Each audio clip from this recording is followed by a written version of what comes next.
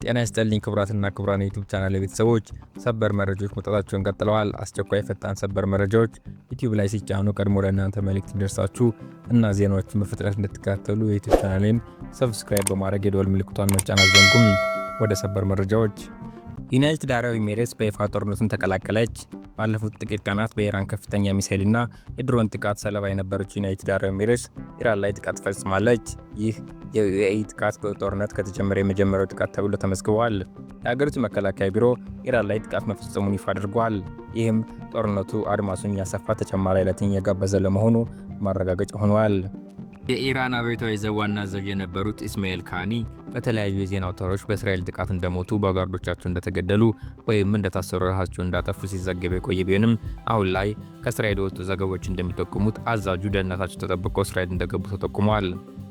እኚህ የኢራን ከፍተኛ መሪ ለእስራኤል መረጃ በመስጠት ሐማስ መሪ ኢስማኤል ሃኒን፣ የሂዝቦላ መሪዎች ናስራህና ሳፊዲን፣ የኢራን መሪ አያቶላ አሊ ኻሜኒ እና የኢራን ከፍተኛ ጀነራሎች እንዲገደሉ ለእስራኤል መረጃ በመስጠት ከፍተኛ ሚና እንደነበረው ተገልጿል። የካሚኒ ልጅ ከግድያ ተረፉም።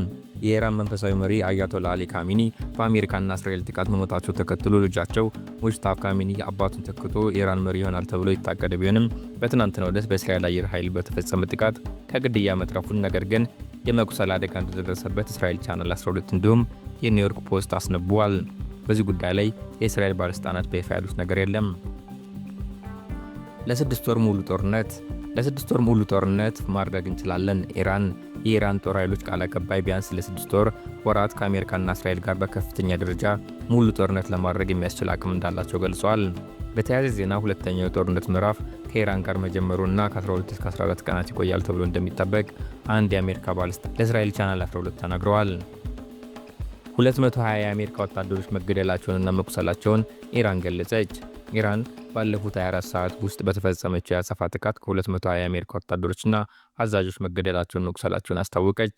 ፕሬስ ቲቪ እንደዘገበው የኢራን ሀቲም አልናቢያ ማዕከላዊ ቃሪያ ቃል አቀባይ ሌተናል ኮሎኔል ኢብራሂም ዞልፋግሪ እንደገለጹት ባህሬን በሚገኘው የአሜሪካ 5ኛ የባህር ኃይል ክፍለ ጦር ላይ በተፈጸመ ጥቃት 21 ወታደሮች ተገድለዋል።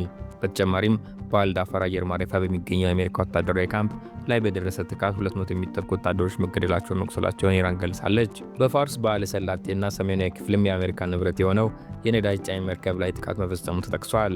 ይሁን እንጂ አሜሪካም ሆነ ገለልተኛ ወገኖች እስካሁን ይህን መረጃ አላረጋገጡም። ቱርክ ግዛቷ ኢላማ እንደሚደረግ ማንኛውም የሚሳኤል ትንኮሳ ለኢራን ማስጠንቀቂያ ሰጠች። አንካራ ግዛቷ ኢላማ ያደረገ ማንኛውም የሚሳኤል ጥቃት ዳግም እንዳይሞከር ለቴህራን ጠንካራ ያለ ማስጠንቀቂያ ሰጠች። ይህ ማስጠንቀቂያ የተሰጠው ከጥቂት ቀናት በፊት በኢራን ተተኩሶ ወደ ቱርክ አቅጣጫ ሲምዘገዘግ የነበረ ባሊስቲክ ሚሳኤል በኔቶ መጠለፉን ተከትሎ ነው። የቱርክ ውጭ ጉዳይ ሚኒስትር ሀካን ፊዳን ጉዳዩን አስመልክቶ በሰጡት መግለጫ እኛ በቀላሉ በትንኮሳ የምንንቀሳቀስ ሀገር አይደለንም ብለዋል። ሚኒስትሩ አክለውም ከኢራን ወገኖች ጋር ንግግር ማድረጋቸውን ገልጸው የተተኮሰው ሚሳኤል አቅጣጫውን ስቶ የመጣ ከሆነ ያ ሌላ ነገር ነው፣ ነገር ግን ድርጊቱ የሚቀጥል ከሆነ ግን ምክራችን ጥንቃቄ እንዲያደርጉ ነው ሲሉ አስታውቀዋል። ሀካን ፊዳን አክለውም ማንኛውም የኢራን አካል በቱርክ ላይ መሰል አደገኛ ጀብዱ ውስጥ እንዳይገባ አሳስበዋል። የኔቶ አባል የሆነችው ቱርክ ይህን ማስጠንቀቂያ የሰጠችው በቀጠናው ያለው ውጥረት በጨመረበትና የሀገሪቱን ብሔራዊ ደህንነት ለመጠበቅ ማንኛውንም እርምጃ እንደምትወስድ ባረጋገጠችበት ወቅት ነው። ትናንት ምሽት በዱባይ የሚገኝ አንድ የመኖሪያ ህንፃ በሚሳኤል ስብርባሪ ጉዳት የደረሰበት ሲሆን በደረሰው ጥቃት አንድ ሰው ህይወት ማለፉን ባለስልጣናት አስታውቀዋል።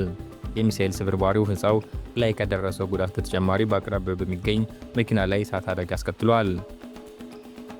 ባለስልጣናቱ እንደገለጹት የሚሳኤል ስብርባሪው ሊወድቅ የቻለው ወደ ከተማው የተተኮሰ ሚሳኤል በአየር ላይ በተሳካ ሁኔታ እንዲከሽፍ ከተደረገ በኋላ ነው። ጠቅላይ ሚኒስትር አብይ አህመድ ለአዘርባይጃን ፕሬዝዳንት ኢልሃም አሊዮቭ የድጋፍ ስልክ ጥሪ ያደረጉም። የኢፌዴሪ ጠቅላይ ሚኒስትር ዶክተር አብይ አህመድ ዛሬ ለአዘርባይጃን ሪፐብሊክ ፕሬዝዳንት ኢልሃም አሊዮቭ የድጋፍ ስልክ ጥሪ አድርገዋል። ጠቅላይ ሚኒስትር አብይ አህመድ በውይይታቸው ወቅት በአዘርባይጃን ናክቲቫን የራስ ገዝ ሪፐብሊክ ላይ የተፈጸመውን የአየር ጥቃት በጽኑ እንደሚኮንን ገልጸዋል። ፕሬዚዳንት ኢልሃም አሊዮቭ ለተደረገላቸው ስልክ ጥሪና ኢትዮጵያ ላሳየችው ግልጽ ድጋፍና አጋርነት ልባዊ ምስጋናቸውን አቅርበዋል። ሁለቱ መሪዎች ጠቅላይ ሚኒስትር አብይ አህመድ በቅርቡ በአዘርባይጃን ያደረጉትን ስኬታማ ይፋዊ የሥራ ጉብኝት በደስታ አስታውሰዋል። በጉብኝቱ ወቅት የተደረጉ ውይይቶችና የተፈረሙ ስምምነቶች በሁለቱ ሀገራት መካከል ያለውን ግንኙነት ወደ ላቀ ደረጃ እንደሚያሻግሩት ያላቸውንም ገልጸዋል። ይህ የሁለቱ መሪዎች የድጋፍ ጥሪ በኢትዮጵያና በአዘርባይጃን መካከል እያደገ የመጣውን ጠንካራ የዲፕሎማሲ ወዳጅነትና በዓለም አቀፍ መድረክ ላይ እርስ በርስ የመደጋገፍ ቁርጠኝነት የሚያሳይ መሆኑ ተመልክቷል። ትራምፕ ኩባ ለመፈራረስ ተቃርባለች አሉ። ትራምፕ ከሲኤንኤን ጋር ባደረጉት ቆይታ አሜሪካ በሁለተኛው የፕሬዝዳንት ዘመናቸው ባስመዘገበችው ወታደራዊ ስኬት በመኩራራት ኩባን በቅርቡ ትወድቃለች ብለዋል። ፕሬዝዳንቱ የውጭ ጉዳይ ሚኒስትር ማርኮ ሩቢዮን ወደ ሃቫና በመላክ ከኩባ ጋር ስምምነት ለመፍጠር እንደሚሞክሩም ጠቁመዋል።